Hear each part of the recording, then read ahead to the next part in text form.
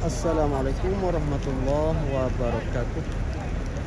Baiklah saudara-saudara, nanti kita mari lihat selepas semaya Isya di halaman kawasan Masjid Haram pada tanggal 4 bulan Zulhijjah 1447 Hijrah, selepas pada solat waktu Isya ramai daripada para hujat semua yang selesai daripada solat untuk keluar klik kepada tempat kediaman, iaitu tempat rehat atau kita katakan room rent atau pondok hotel untuk masa selepas pada waktu Isya.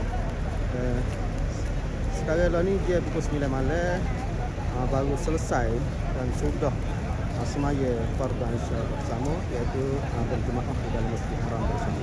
Jadi alhamdulillah, kita mari tengok keadaan dan begitu ramainya. Ada kalangan-kalangan hujat yang sangat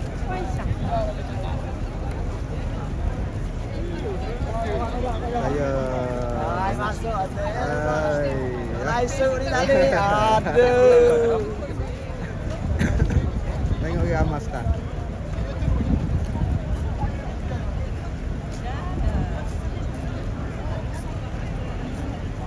Begitulah suasananya, ramai dan masih lagi daripada para haji dan para jemaah di beberapa bangsa dan suku mari untuk mengerjakan ibadah haji pada tahun ini. Ramai-ramai.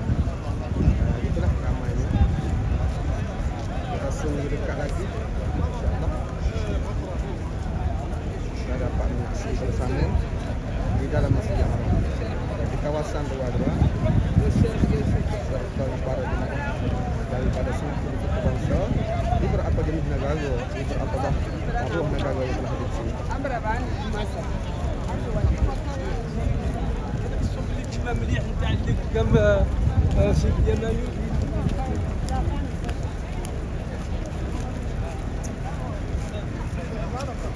والله مللنا عليه لا ضربنا البارح